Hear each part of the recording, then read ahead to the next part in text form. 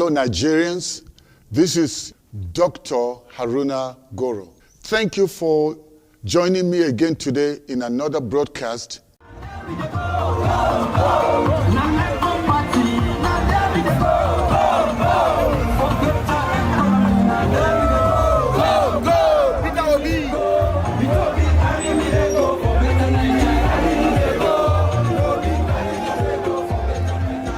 As many of you know, we are starting the political rallies very, very soon. But right now, the atmosphere is electrified, it's all charged. The young people are all out on the street in the north, in the south, in the east, and in the west of Nigeria. They are sick and tired of the current state of affairs in the nation. And all they want to see is nothing but change. And this movement is an unstoppable movement. They call it the obedient movement and the useful movement. They want to be obedient and they want to be useful. And no one can stop them. The hype is high. The atmosphere is charged. And that's why you see the young people all over the street in the north, in the south, in the east, and in the west of this nation. Our dear motherland, Nigeria. And it's so exciting to see what's going on. I've been doing a lot of broadcasts, and I want you to check some of my previous broadcasts on my channel. I'm sure you will have a lot to learn from. And we know that there's a current movement, especially among the youth. They are just sick and tired of the condition of living in the nation, the state of the affairs of the nation. There's so much insecurity, so much uncertainty. Many of them have graduated from different universities but do not have jobs. The universities have been closed for so many months. ASU has been on strike. And the government, instead of agreeing with them on what their demands are, the government is giving the excuse of no money. But then that's an irony. I mean, how can you convince us that there's no money with all the corruption that we see, the embezzlement and the misappropriation of funds and the resources of the nation that we see? And so how is anybody going to be convinced that you actually mean well? So this is the state of our nation. So the young people got so sick and tired, they decided they're not going to join any political party.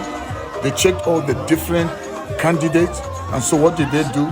They decided they're going to join a particular candidate that they felt has a vision and has a heart for them. A person that is not partisan, a person that is not corrupt, a person that has a desire to see change, that wants to bring transformation in the nation. So who did they opt for? They opted for Peter Obi and his running mate, Ahmed Detti. And so they are now all rallying around them, spending their own money. Almost every day or every weekend you see them in different cities across the nation of Nigeria, and they are on the street beating drums, calling Obi's name, chanting slogans of freedom peacefully. They are not disrupting the peace of anyone. You see them on the street serving each other, helping each other, holding banners, and all they are doing is saying, we are sick and tired of leadership that is not advancing the nation. Looking at the state of security, where bandits have taken over everywhere.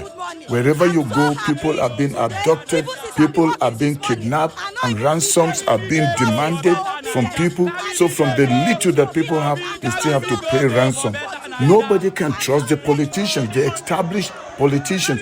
They don't seem to trust the ruling party, APC. They don't seem to trust PDP that was there before APC came in. And don't forget, when PDP was there, people were tired of corruption. There was a merger of different political parties. That is how they formed APC. And you know, even Buhari went on the street. Many governors went on the street and protested. And we know what happened. We remember the riot of 2011. It was still part of the frustration that people had for bad governance. In the meantime, some leaders of the All Progressives Congress have staged a protest in Abuja calling for the entire cancellation of the November the 16th Anambra State governorship election. The protesters made their way to the office of the Independent National Electoral Commission, where they confronted security officers guarding the national headquarters. While speaking to journalists outside the commission's office, some of the party's leaders accused INEC of having been compromised over the election. Is our protest against the rigging of Anambra election. It's against the rigging of Delta senatorial elections. Poverty in Nigeria because of fraud. Rigging of election is the greatest fraud that any nation can have. We are here mainly to give a letter to INEC on our representations of the poor way elections in Anambra are conducted, and are demanding cancelling the election totally and putting another date to the election. Today, mark the first warning signal to INEC as an institution. They do not represent the interests of Nigerians. They are all compromised electoral officers. They have committed criminal offenses by rigging elections against Nigerians. Did you just watch this video? Did you see Buhari there inside that truck with Tinubu and other APC members? They went to INEC office to protest against rigging, and they said INEC was compromised and all the INEC officers were compromised. We saw Buhari holding the microphone protesting. We saw Tinubu protesting. I hope Tinubu still remembers what he did to Jonathan, that this time around they should not do anything funny. The young people are not protesting the way they did that time to Jonathan. What the young people are doing is just going on the street to show solidarity in peaceful marches towards the candidate of their choice, and that is Peter Obi and his running mate, Ahmed Yusuf. That's all they are doing. So I hope they still remember that they shouldn't play any funny game now. There shouldn't be any plan to rig. Whatever they didn't like to be done or didn't want to be done, then I hope they're not going to try to do it this time around. Do you know, I just saw a video on YouTube where the youth were marching peacefully in Ebonyi State and they were not troubling anyone. Do you know what happened? The police and some other security agents came up and started tear gassing them, and they dispersed the people that were marching peacefully. Asking the police, who sent you? And they said it's the governor. Then we had the governor is denying. So the police officer that came didn't give us any specific reason, but I heard him very clearly quoting the governor as saying that no such movement should hold today in Abakaliki, and that anybody who tries to do any kind of march in the state today will be ruthlessly dealt with. Governors are saying, I'm not going to allow the obedient movement in my state. Is it your state? Today you are there, tomorrow you may not be there. So what are you saying? What do you mean? You were not going to allow people. Some of the people that are saying they are refusing the youth from going on the street in their own state. Those were the same people that marched, that went on the street to protest during the time of Jonathan so that Buhari will come in. Now Buhari is in, and because they are the ones in government, they are the ruling party now, suddenly they want to show power. Imagine if Jonathan had refused to let go. Would you have come in as APC? So what are we talking about? Why don't we allow change? They think that this is like what happened during EndSARS. This is different to EndSARS. During EndSARS, the young people were angry, frustrated about what the police were doing to them when they were not involved in any crime. Innocent young people were killed at the toll gate. They were not breaking anything. They were not shooting or stoning anyone, but soldiers were released against them. And so I can see It looks as if this is the same tactic, the same plan to dislodge and scatter these young people. What happened here on Tuesday night has deeply unsettled Nigerians. This is not the first time the army has been. But I can tell you this time around, it is too late. The young people are determined to take their nation back from this evil politician. This time around, the youth are not going back. They are determined to see change of leadership, and they are doing it peacefully. The Constitution of Nigeria allows peaceful gathering, peaceful assembling, and that's what the young people are doing. I want to speak to you governors. If you are so sure of your own candidate, why are you so threatened by the young people that are just marching? This time around, Nigerians are sick and tired of bad governance, and they want change. So if you are so sure of yourself and you know you've got something to offer, then let's watch and see during the election. This is just the beginning. We are going to march for a man of competence, character and capacity. He deserves everything from Nigeria. So today, this is just the beginning. People are on their way coming. You can see we are all here. I'm very excited. We are happy. We will march for a better Nigeria. We will march for a Nigeria that...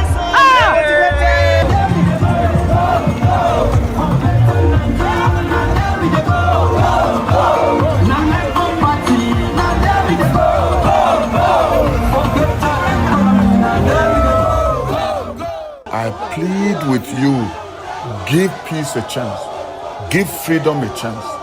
Democracy is all about allowing the people to make their own choice.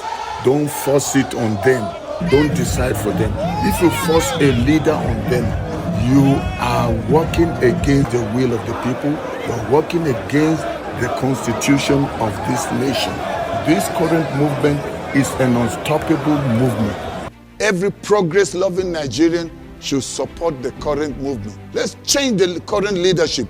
Bring in new blood. Now that the campaigns are kicking off, join the team of the people doing the campaign and make sure, let's do everything to protect the campaigns as they're taking place and not allow these wicked politicians to hire thugs that will come and disrupt the campaigns, because that's part of their agenda.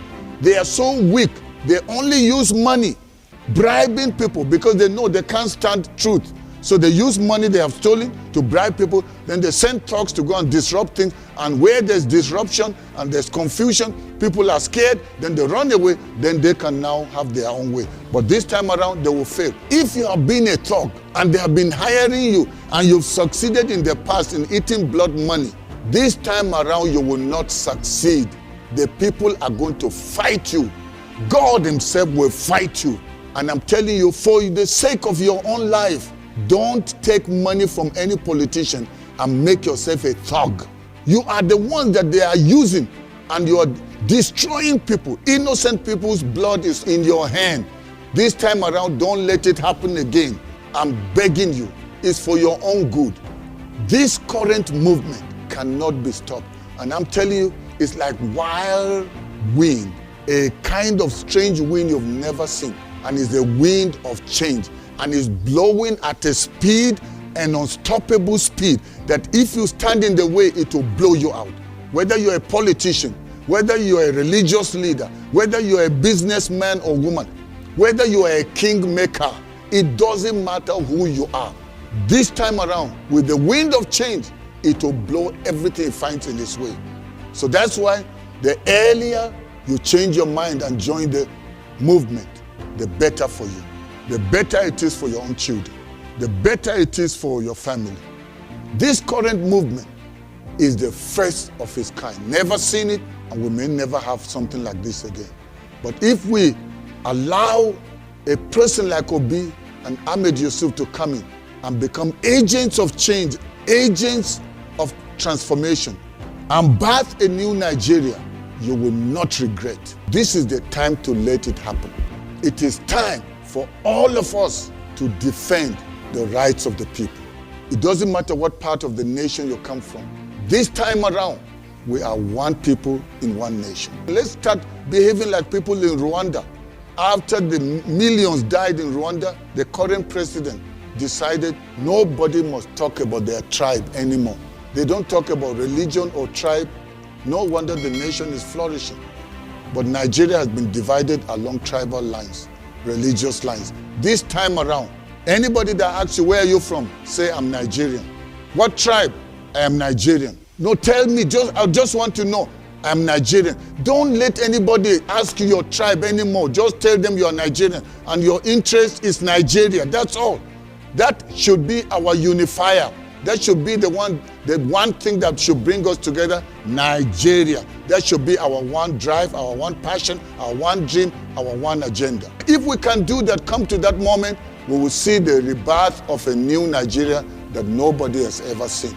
I want you to join this movement and let's see a new Nigeria where our children's children will be proud to call it home. And many people that are abroad, Nigerians that have been scattered to so many nations of the world, some of them have become economic refugees, some of them are sex slaves, some of them are expats that should have been bringing a difference and making a difference in our nation here, but they are all scattered in different nations.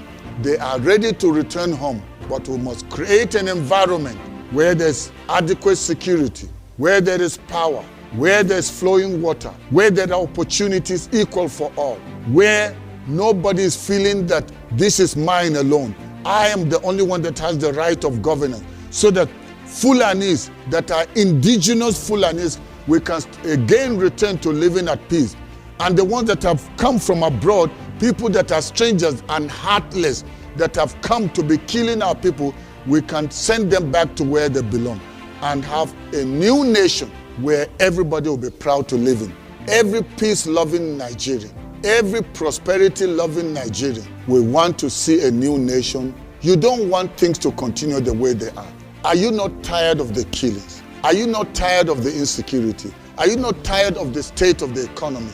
Are you not tired of the uncertainty? Are you not tired of the state of how things are? Things can change, but nothing changes if the leadership has no vision, has no direction. And if we allow the same people to continue, the suffering will just increase. So this time around, please, Nigerians, let's choose correctly. Let's team up together, join hands, and make things easy on ourselves and standing against anything that will fight against the future of this nation and the future of our unborn children. Nigeria is the only nation we have. It's the only nation we can call home. It doesn't matter what you're enjoying in another nation, what you see in another nation. You've got only one nation to call yours, and Nigeria is that one nation. Let's love our nation enough to do the best that we know to do, to build her instead of destroying her. Thank you for being part of today's broadcast. Watch out for more broadcasts that I'll be making during this season of change. I want you to subscribe to my channel, like the page, press the bell there so that anytime I have another broadcast, you will be notified. Thank you, and may God bless you, and may God bless the Federal Republic of Nigeria. Bye-bye.